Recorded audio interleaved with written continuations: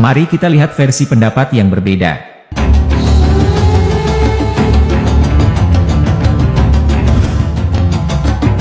Tong Sem Chong hidup di zaman setelah Nabi Muhammad, yaitu pada dinasti Tong. Tong Sem Chong adalah seorang Muslim, bukan pengikut Buddha Gautama seperti anggapan sebagian orang. Minimal ada 3 alasan yang menguatkan argumen bahwa beliau adalah seorang Muslim yang taat lagi soleh. Karena kesolehannya ini, dia rela bersusah payah selama 17 tahun mengembara untuk menjemput kitab suci di barat, setelah mendengar berita dari para pedagang jalur sutra, kalau telah turun kitab suci yang sempurna, dan menjadi kitab suci penutup. Pertama, wilayah barat atau Shitian, itu adalah Arab. Sedangkan India atau Tiantok, itu selatan. Dan perjalanan 17 tahun mencari kitab suci itu dari timur, yaitu Provinsi Zhejiang, menuju ke barat lewat Tali Mukhanti atau Sechou Chelu, yang dikenal sebagai jalur sutra, daerah Xinjiang di wilayah barat daratan Cina. Perjalanan ini dilakukan setelah pemuda alim tersebut mendapatkan kabar berita dari para pedagang lintas benua, bahwa di barat sana, telah atau baru turun kitab suci.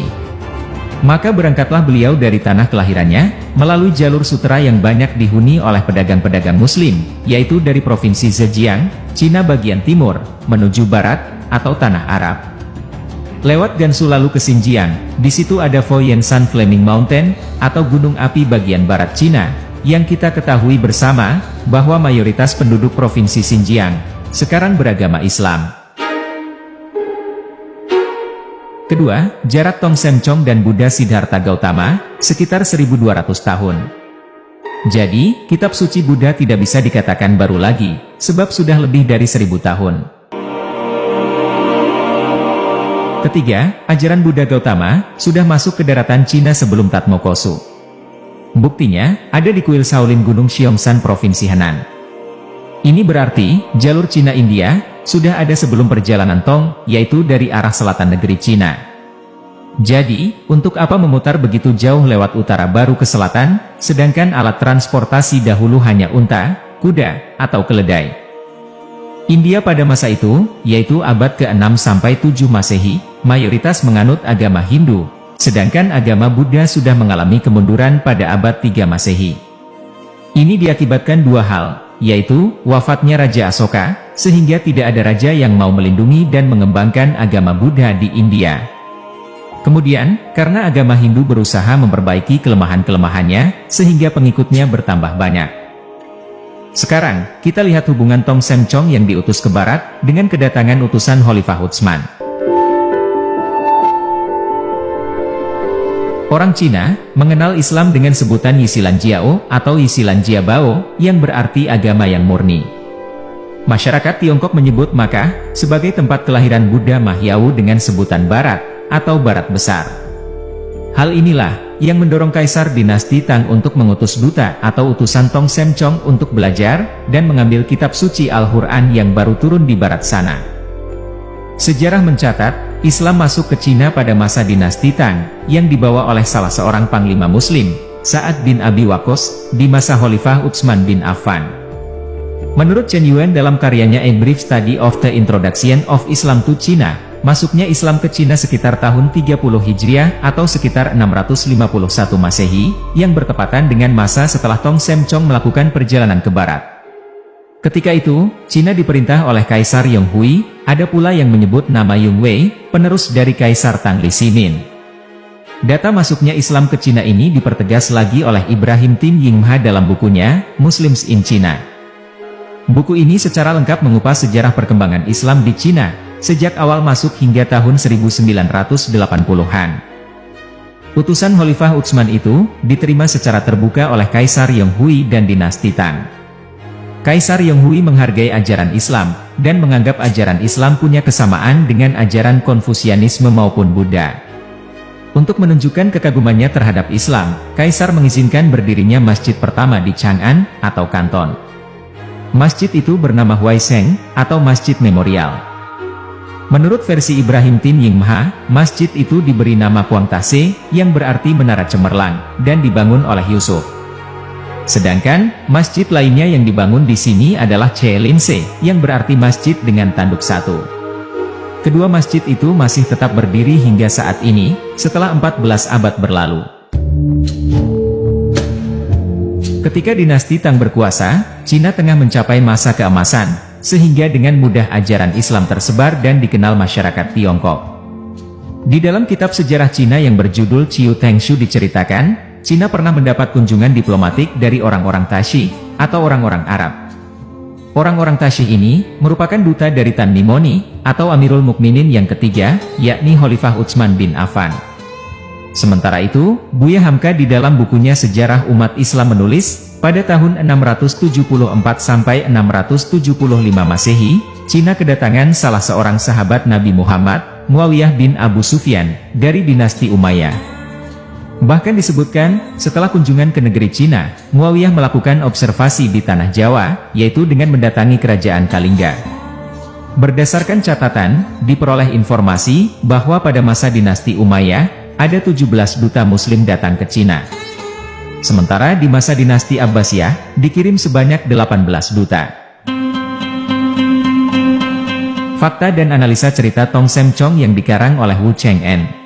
Cerita Xiaoji atau Sayuki adalah novel yang dikarang oleh Wu Cheng'en, orang provinsi Jiangsu, yang hidup pada zaman dinasti Ming, antara tahun 1500 sampai 1582 Masehi. Cerita Xiaoji atau Sayuki berkisar pada tugas biksu Tang Sanchang yang mendapat mandat Kaisar Tang Li Simin atau Tang Taizong untuk mengambil kitab suci ke barat. Tokoh utamanya yaitu Tang Sanchang atau Tong Sem Chong, Shun Wukong atau San Goku dalam novel Jepang, Juba Jie atau Kipat Kei, dan Sa Cheng atau Uqing. Sebenarnya, biksu Tang adalah tokoh yang benar-benar hidup di zaman dinasti Tang. Dan memang, Kaisar Tang menugaskan biksu Tang mengambil langsung kitab suci ke barat. Ini adalah sebutan untuk daerah India atau Timur Tengah. Tujuannya, agar pengajaran agama Buddha yang ada di Cina dapat disesuaikan dengan bangsa Cina. Karena, sebagian unsur-unsur India atau agama Buddha asli tidak bisa diterima bangsa Cina. Alasan kedua, pengajaran agama Buddha haruslah dilakukan oleh orang Cina sendiri, supaya unsur-unsur tradisi India yang ada dalam agama Buddha tidak merusak kebudayaan asli negeri Han. Di zaman Kaisar Li Simin ini, agama Islam juga mulai berkembang di Cina. Kaisar Li Simin sangat dekat dengan agama-agama, tidak seperti Kaisar Cina yang lain. Sebenarnya, jauh sebelum dinasti Tang memerintah, di zaman dinasti Han Timur, agama Buddha sudah menyebar di Cina. Makanya, agama Buddha yang sekarang ini di Cina sangat kental nuansa Cinanya dibandingkan India. Sampai-sampai, orang-orang yang tidak tahu sejarah agama Buddha menganggap agama Buddha itu berasal dari Cina. Ada yang harus kita cermati, kenapa perjalanan biksu Tang ke barat itu harus menempuh rute Chang'an, Gansu, Xinjiang, Kirgistan, Afghanistan, baru masuk Nepal melalui Pakistan. Kenapa tidak mengambil rute Chang'an Qinghai Tibet Nepal? Sebutan orang Cina untuk kata-kata barat, bisa berarti India, bisa berarti Timur Tengah, atau dalam bahasa Kaisar Ming adalah barat besar untuk Jazirah Arab.